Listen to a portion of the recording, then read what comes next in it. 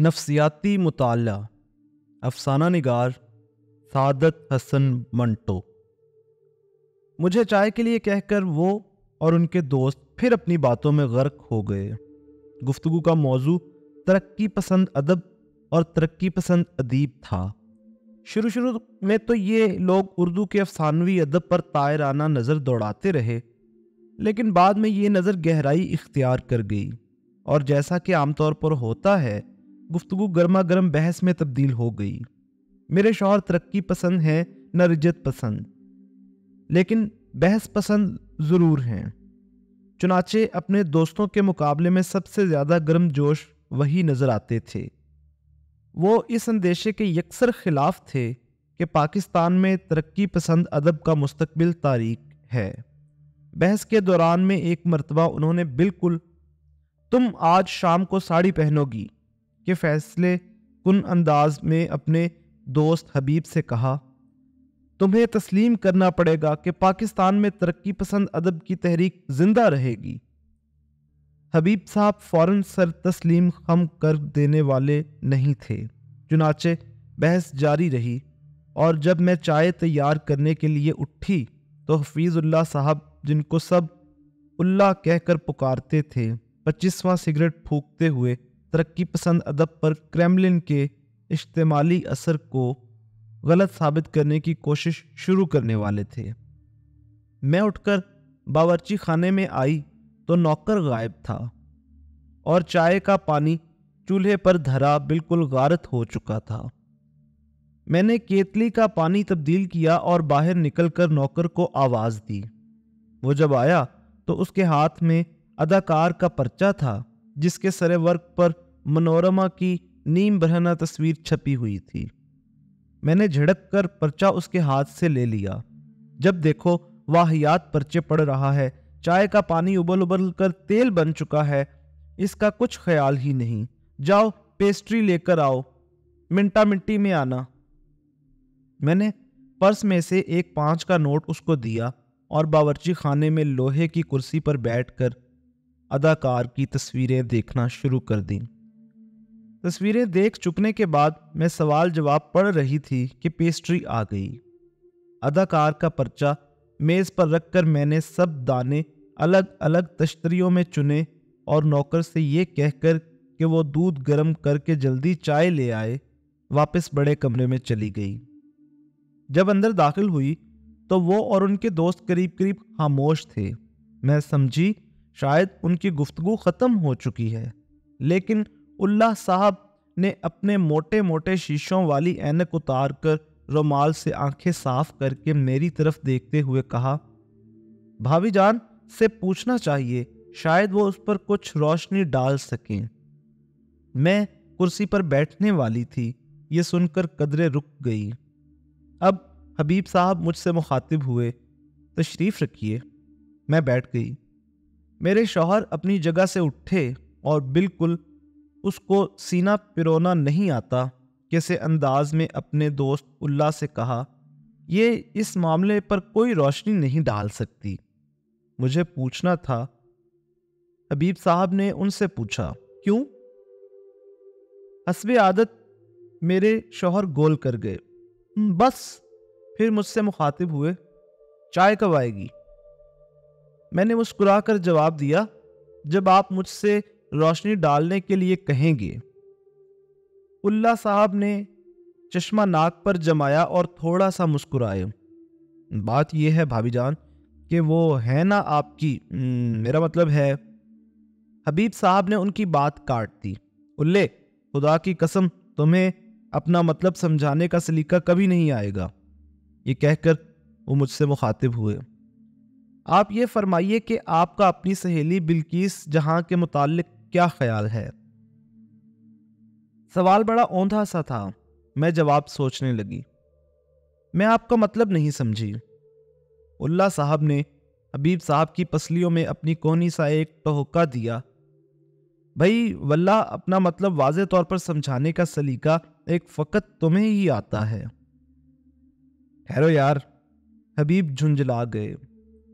انہوں نے ٹائی کی گرہ ٹھیک کی اور جھنجھلاہٹ دور کرتے ہوئے مجھ سے کہا، "ابھی بھی بلقیس کی باتیں ہو رہی تھیں۔ اردو کے موجودہ ادب میں اس خاتون کا جو رتبہ ہے، میرا مطلب ہے کہ ان کا ایک خاص مقام ہے۔ افسانہ نگاری میں اپنے ہم عصروں کے مقابلے میں وہ بہت آگے ہیں جہاں تک نفسیات کے مطالعے کا تعلق ہے۔ حبیب صاحب جیسے یہ کہنے کے لیے بے تاب تھے، ان کا مطالعہ بہت گہرا ہے، خاص طور پر مردوں کی جنسی نفسیات کا۔ میرے شوہر نے اپنے مخصوص انداز میں کہا اور میری طرف معنی خیز نظروں سے دیکھتے ہوئے اپنی کرسی پر بیٹھ گئے۔ اللہ صاحب نے مجھ سے مخاطب ہو کر میرے شوہر کے الفاظ دہرائے، جی ہاں، خاص طور پر مردوں کی جنسی نفسیات کا، اور یہ کہتے ہوئے وہ دفعتاً محجوب سے ہو گئے اور آنکھیں نیچی کر لی۔ ترس آیا، چنانچہ میں نے ذرا بے باکی سے کہا، آپ کیا پوچھنا چاہتے ہیں؟ اللہ صاحب خاموش رہے۔ ان کی جگہ حبیب بولے، چونکہ آپ بلقیس صاحبہ کی سہیلی ہیں، اس لیے ظاہر ہے کہ آپ ان کو بہت اچھی طرح جانتی ہیں۔ میں نے صرف اتنا کہا، ایک حد تک۔ میرے شوہر نے کسی قدر بے چین ہو کر کہا، بیکار ہے، بالکل بیکار ہے۔ عورتیں راز کی باتیں نہیں بتایا کرتی، خاص طور پر جب وہ خود ان کی اپنی صنف سے متعلق ہوں۔ پھر وہ مجھ سے مخاطب ہوئے، کیوں محترمہ، کیا میں جھوٹ کہتا ہوں؟ میرا خیال ہے وہ ایک حد تک درست کہہ رہے تھے، لیکن میں نے کوئی جواب نہ دیا۔ اتنے میں چائے آ گئی اور گفتگو تھوڑے عرصے کے لیے چائے کتنی، دودھ کتنا، شکر کتنے چمچ میں تبدیل ہو گئی۔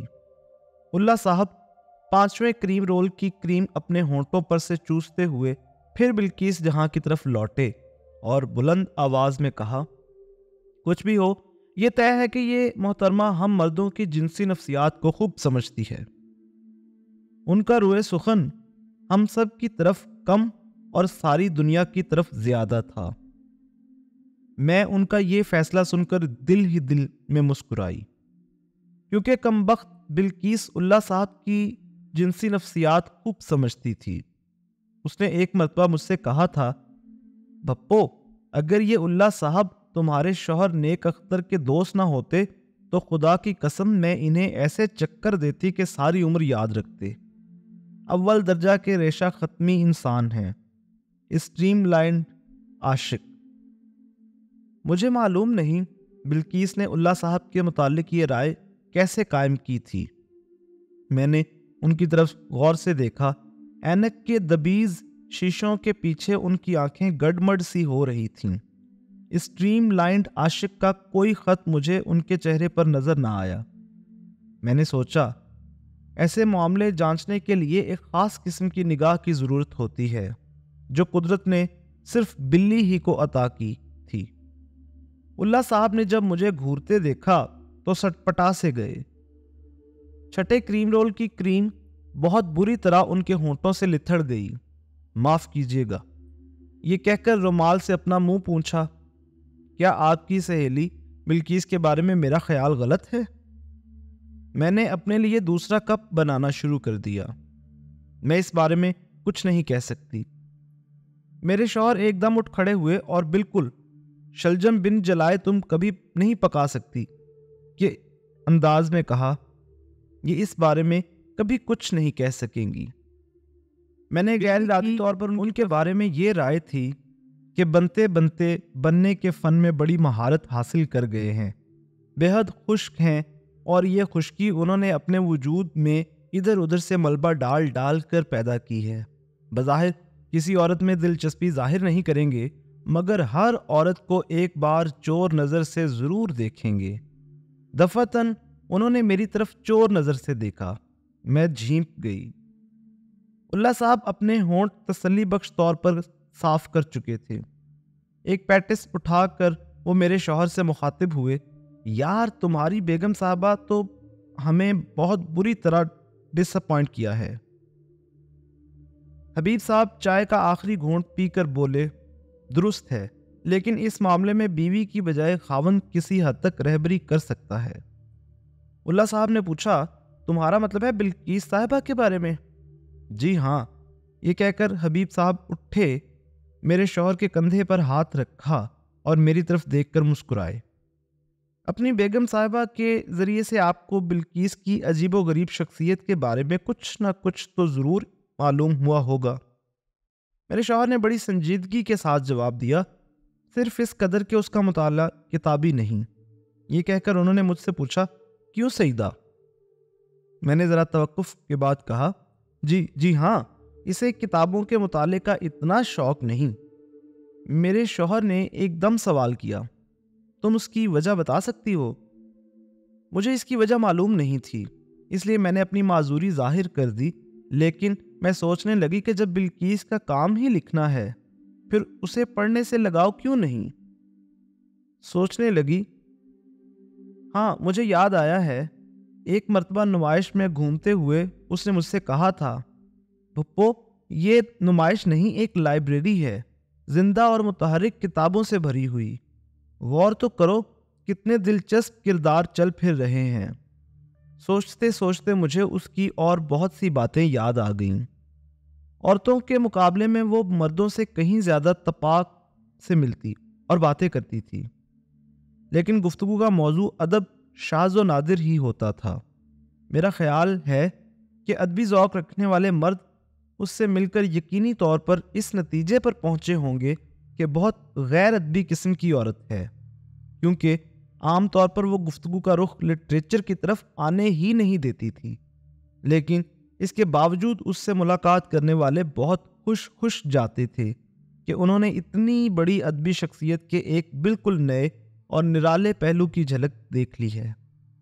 جہاں تک میں سمجھتی ہوں، بلی اپنی اس شخصیت کے اس بظاہر بالکل نئے اور نرالے پہلو کی جھلک خود دکھاتی تھی، بقدر ضرورت، اور وہ بھی صرف اپنے ملاقاتیوں کے کردار کی صحیح جھلک دیکھنے کے لیے۔ میرے ساتھ اس کو اپنا یہ محبوب اور مجرب نسخہ استعمال کرنے کی ضرورت محسوس نہ ہوئی تھی، کیونکہ بقول اس کے میں نے ایک نظر ہی میں تاڑ لیا تھا کہ تم بے حد سادہ اور چغت قسم کی لڑکی ہو۔ میں بے حد سادہ اور چغت قسم کی لڑکی تو نہیں ہوں، لیکن شاید بلی نے یہ رائے اس لیے قائم کی تھی کہ میں نے اس کی بحث پسند، ضدی اور اڑیل طبیعت کے پیش نظر اس سے راہ و رسم بڑھانے سے پہلے ہی اپنے دل میں فیصلہ کر لیا تھا کہ میں اس کی طبیعت کے خلاف بالکل نہ چلوں گی۔ یہ وجہ بھی ہو سکتی ہے کہ اس کے بعض افسانے جو بڑے ٹھیٹھ قسم کے جنسیاتی یا نفسیاتی ہوتے تھے، میری سمجھ سے عام طور پر اونچے ہی رہتے تھے۔ وہ اکثر ایسے افسانوں کے متعلق پوچھا کرتی تھی، کہو بپو تم نے میرا فلاں افسانہ پڑھا؟ اور خود ہی کہا کرتی تھی، پڑھا تو ضرور ہوگا، مگر سمجھ میں کیا آیا ہوگا؟ خاک، خدا کی قسم تم بے حد سادہ اور چغت قسم کی لڑکی ہو۔ میں یہ افسانہ سمجھنے کی کوشش ضرور کرتی، مگر مجھے اس بات سے بڑی الجھن ہوتی کہ بلی عورت ہو کر ایسی گہرائیوں میں کود جاتی ہے جن میں اترنے سے مرد بھی گھبرائیں۔ میں نے کئی دفعہ اس سے کہا، تم کیوں ایسی باتیں لکھتی ہو کہ مرد بیٹھ کر تمہارے متعلق طرح طرح کی افواہیں اڑاتے ہیں؟ مگر اس نے ہر بار جواب کچھ اسی قسم کا دیا، اڑانے دو، میں ان کیڑوں کی کیا پرواہ کرتی ہوں، ایسی درگت بناؤں گی کہ یاد رکھیں گے۔ وہ کتنے مردوں کی درگت بنا چکی تھی اس کا مجھے کوئی علم نہیں، لیکن میرٹھ کے ایک ادھیڑ عمر کے شاعر جو 2 سال تک اسے عشقیہ خط لکھتے رہے تھے اور جسے وہ 2 سال تک ہی شہ دیتی رہی تھی، انجام کار سب کچھ بھول کر ایک بہت ہی خفیہ خط نے اس کو اپنی بیٹی بنانے پر مجبور ہو گئے تھے، بلکہ یوں کہیے کہ مجبور کر دیے گئے تھے۔ اس نے ان کا آخری خط مجھے دکھایا تھا۔ خدا کی قسم مجھے بہت ترس آیا تھا بیچارے پر۔ اللہ صاحب دوسرا پیٹس ختم کر چکے تھے۔ حبیب صاحب تفریحاً خالی پیالی میں چمچ ہلا رہے تھے۔ میں اٹھ کر چائے کے برتن جمع کرنے لگی تو اللہ صاحب نے رسمیہ طور پر کہا، اتنی نفیس چائے کا بہت بہت شکریہ، مگر یہ گلہ آپ سے ضرور رہے گا کہ آپ نے بلقیس جہاں صاحبہ کی جنسیات نگاری پر کوئی روشنی نہ ڈالی۔ میں سچ عرض کرتا ہوں کہ بڑے بڑے ماہر نفسیات بھی حیران ہیں کہ ایک عورت میں اتنی گہری نگاہ کہاں سے آ گئی۔ میں کچھ کہنے ہی والی تھی کہ ٹیلی فون کی گھنٹی بجنا شروع ہوئی۔ میرے شوہر نے ریسیور اٹھایا۔ ہیلو ہیلو، جی جی جی اداورز، جی ہاں ہے، یہ کہہ کر انہوں نے مجھ سے کہا تمہارا فون ہے۔ پھر جیسے دفعتاً یاد آیا ہو، بلی ہے؟ اللہ صاحب، حبیب اور میں بیک وقت بولے بلکیس۔ میں نے بڑھ کر ریسیور لیا۔ وہ بلکیس آنکھ سے اوجھل تھی، مگر مجھے ایسا محسوس ہوا کہ وہ جانتی ہے کہ اس کے متعلق یہاں باتیں ہو رہی تھیں۔ اس احساس کے باعث میں بوکھلا گئی۔ جلدی جلدی سے اس نے چند باتیں کی اور ریسیور رکھ دیا۔ اس نے مجھے اپنے یہاں بلایا تھا۔ محفل جمی رہی۔ میں گھر کے کام کاج سے جلدی فارغ ہو کر بلی کے ہاں روانہ ہو گئی۔ بے شمار اسباب افراتفری کے عالم میں پڑا تھا، اس لیے کہ سفیدی ہو رہی تھی۔ وہ اپنے کمرے میں تھی، مگر اس کا سامان بھی درہم برہم تھا۔ میں ایک کرسی صاف کر کے اس پر بیٹھ گئی۔ بلی نے ادھر ادھر دیکھا اور مجھ سے کہا میں ابھی آئی۔ چند منٹ کے بعد ہی وہ واپس آ گئی اور مجھ سے کچھ دور سٹول پر بیٹھ گئی۔ میں نے اس سے کہا آج تمہارے متعلق باتیں ہو رہی تھیں۔ اوہ، اس نے کوئی دلچسپی ظاہر نہ کی۔ اللہ صاحب بھی تھے؟ اچھا۔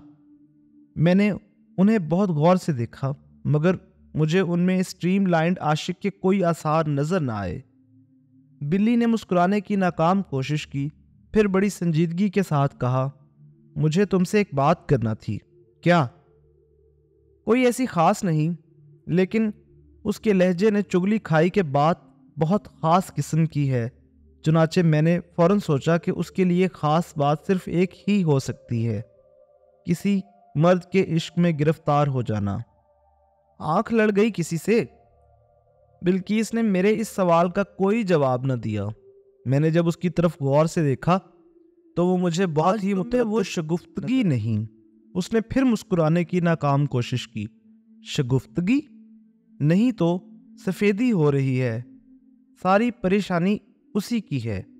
یہ کہہ کر وہ دانتوں سے اپنے ناخن کاٹنے لگی۔ مجھے یہ دیکھ کر بہت تعجب ہوا، کیونکہ وہ اس کو بہت ہی مکروہ سمجھتی تھی۔ چند لمحات خاموشی میں گزر گئے۔ میں بے چین ہو رہی تھی کہ وہ جلدی بات کرے، لیکن وہ خدا معلوم کن خیالات میں غرق تھی۔ بالآخر میں نے تنگ آ کر اس سے کہا کیا تم میرا نفسیاتی مطالعہ تو نہیں کر رہی ہو؟ آخر کچھ کہو گی یا نہیں؟ وہ بڑبڑائی نفسیاتی مطالعہ، اور اس کی آنکھوں سے ٹپ ٹپ آنسو گرنے لگے۔ میں ابھی اپنے تعجب کا اظہار بھی نہ کرنے پائی تھی کہ وہ اٹھ کر تیزی سے غسل خانے میں چلی گئی۔ بلی کی سدا تمسخر اڑانے والی آنکھیں اور آنسو، مجھے یقین نہیں آتا تھا، مگر اس کا رونا نہایت کرب آلود تھا، اور تو کچھ میری سمجھ میں نہ آیا۔ سینے کے ساتھ لگا کر اس کو ڈھارس دی اور کہا کیا بات ہے میری جان؟ اس کے آنسو اور تیزی سے بہنے لگے، لیکن تھوڑی دیر بعد ایک دم آنسو رک گئے۔ مجھ سے دور ہٹ کر وہ دریچے کے باہر دیکھنے لگی۔ میں جانتی تھی کہ یہ کھیل خطرناک ہے، لیکن میں نے کوئی پرواہ نہ کی۔ کیا دلچسپ اور مزیدار کھیل تھا۔ وہ دیوانوں کی طرح ہنسی۔ بہت ہی مزیدار کھیل۔ ان کی فطری کمزوریوں سے فائدہ اٹھایا، چند روز بے وقوف بنایا اور ایک افسانہ لکھ دیا۔ کس کا افسانہ ہے؟ بلکیس جہاں کا، جنسی نفسیات کی ماہر کا۔ اس نے پھر رونا شروع کر دیا اور مجھ سے لپٹ کر کہنے لگی پھپھو، میری حالت قابل رحم ہے۔ کیا ہوا میری جان؟ مجھ سے دور ہٹ کر وہ پھر دریچے کے باہر دیکھنے لگی۔ بلکیس جہاں کا خاتمہ۔ کل اسی کمرے میں اس کا وجود ہمیشہ کے لیے ختم ہو گیا۔ کیسے؟ یہ مجھ سے نہ پوچھو بپو۔ یہ کہہ کر وہ مجھ سے لپٹ گئی۔ لیکن نہیں، میں تم سے نہیں چھپا سکتی۔ لو سنو۔